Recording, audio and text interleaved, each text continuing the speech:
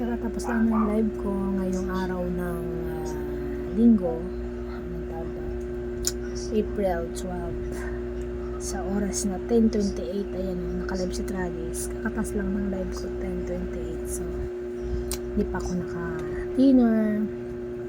So ito, sobrahan ako ng yaw-yaw. I have 4 hours live tonight, no? So this is night, hindi day na, kasi night vlog ito. So magkwentuhan lang tayo. Ito na yung nakagawian ko, i-dinner ngayon, guys. Meron ako dito naibabad kagabi pa to. Although meriendahin ko sana ito.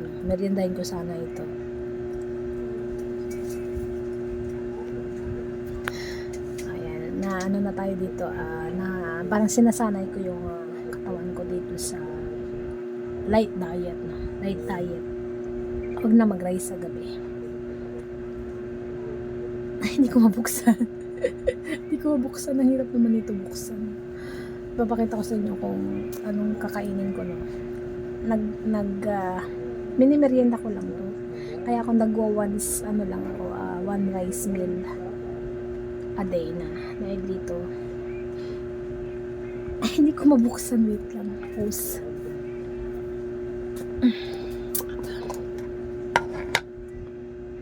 Ito, pakita ko sa inyo.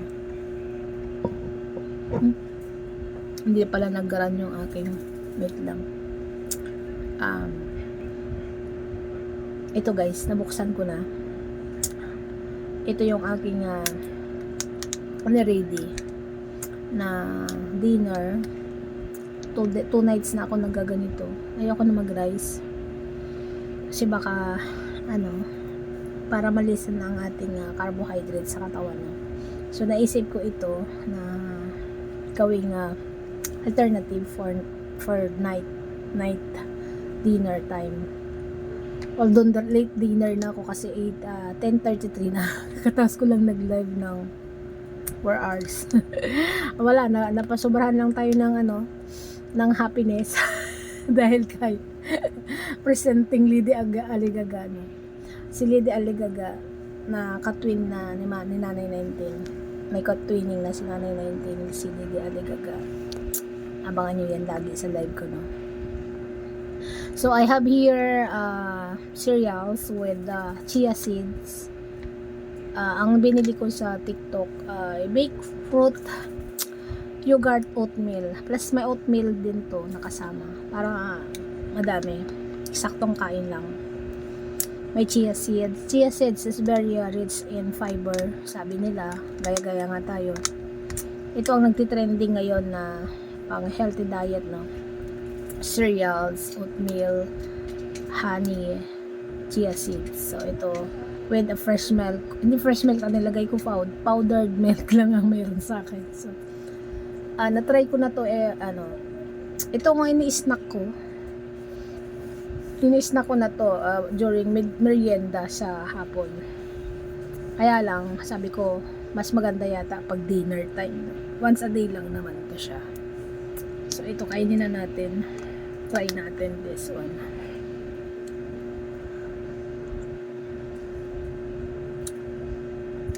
Saktong tamis yung honey. Mayroon akong honey na nabili sa Dali. Tag 80 pesos lang. Tagal na yun eh. Ngayon ko lang nagamit. Nabili ko pala tong baso na to na may takip sa TikTok, 80 pesos. May kasama na siyang kutsara. Para dito, para sa pag inimbak mo sa ref, ay kompleto na siya, no? May takip, may kutsara. Ayan. Siguro nababalos nyo naman to sa news feeds nyo, sa Facebook, sa TikTok, sa Lazada, sa Shopee, mayroon ganito. Lagayan ng cereals. So, healthy living muna si Madiskarte kasi dami ko nang nararamdaman. Nabawasan na yung carbohydrates. Light diet tayo. Sabi nila ang chia seeds Pag ito kinain nyo, lagi kayong guto, lagi kayong busog. Tingnan ko kung obra tong diet na to, no? Sa akin. Kung magiging okay ba ang pakiramdam natin. No? Masarap siya guys, hindi siya ganun katamis. Wait lang. Mag-thumbnail muna ako. Ano ba?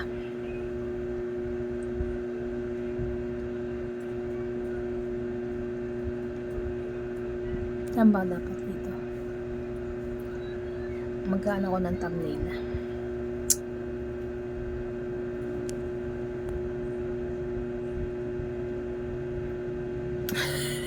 Dami na yun. Medyo pangit yung camera sa gabi. Ang dami ng pixel. Ang laki ng mga pixels. So yun lang guys. Sinishare ko lang itong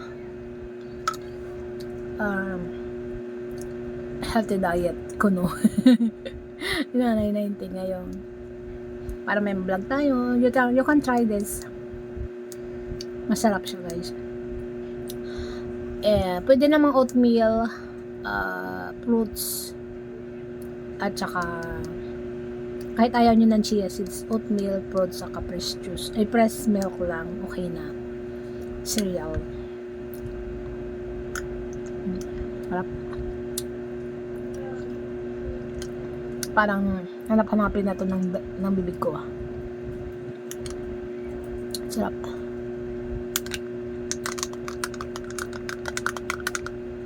Kasi nung natuklasan ko kasi ang chia seeds kasi hindi siya pwedeng kainin ng empty stomach kasi mangangasim ka talaga yung kung may acidity kayo, hindi pwede siyang kainin ng empty stomach. So may acid reflux, may acidity kasi ako. So ang ginawa ko ay combined chia seeds to the cereals. Kaya para hindi siya solo. Na-notice ko na parang mas okay sa akin na may cereals kasama.